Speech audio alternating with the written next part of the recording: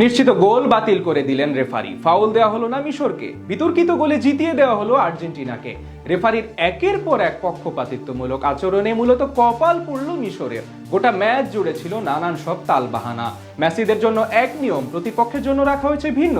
আর্জেন্টিনার পক্ষে রেফারির এমন পক্ষপাতিত্বমূলক আচরণ ও সহযোগিতা নিয়ে বাকিটা জানবো রিপোর্টে।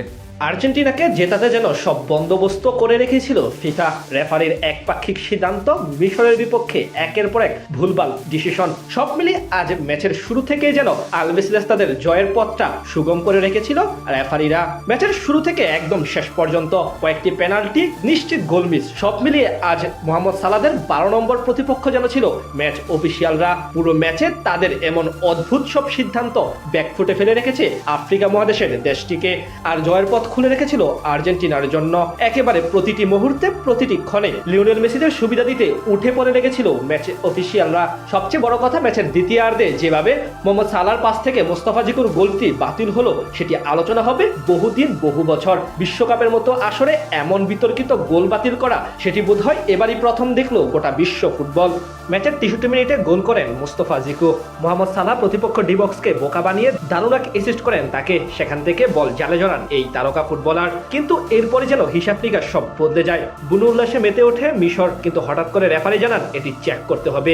এরপর চলে যান সোজা VAR-এ। সেখানে প্রায় 1.5 মিনিট আগের এক ফাউলের সিদ্ধান্তের কারণে গোল বাতিল করা হয় মোস্তফা জিকুর। সাথে সাথে হতাশায় মগ্ন হয়ে পড়ে পুরো মিশর দল। এভাবে গোল বাতিল করা ফুটবল ইতিহাসে সম্ভবত এবারে প্রথম দেখা মিলল। তবে তার যে বিতর্কিত কাণ্ড হয়েছে একেবারে শেষ মুহূর্তে, যখন এনজো ফার্নান্দেজ গোল করে আর্জেন্টিনার জয় নিশ্চিত করে।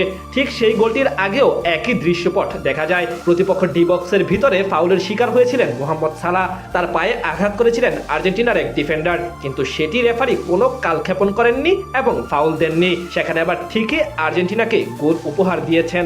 অর্থাৎ আর্জেন্টিনার জন্য এক নিয়ম ছিল এবং মিশরের জন্য ছিল আরেক নিয়ম। রেফারির এমন পক্ষপাতিত্বমূলক সিদ্ধান্ত অবশ্য শুরুতে মেনে নেয়নি মিশর। সাথে সাথে বেশ উত্তেজনাকর পরিস্থিতি দেখা যায় তাদের ডাগ আউটে।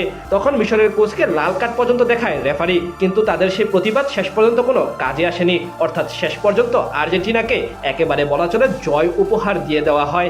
এদিন ফিফা প্রেসিডেন্ট জিয়ান্নো ইনফ্যান্তিনোর এক ছবিও ভাইরাল হয়েছে। সেখানে দেখা যায় আর্জেন্টিনা পিছিয়ে থাকা অবস্থায় চোখে মুখে হতাশার ছাপ ছিল তার মাঝে। এখান থেকে মূলত এখন প্রশ্ন উঠেছে, আর্জেন্টিনাকে কি এই ম্যাচ ইচ্ছে করে জিতিয়ে দেওয়া হয়েছে, নাকি আসলেই তারা ভালো খেলে জিতেছে?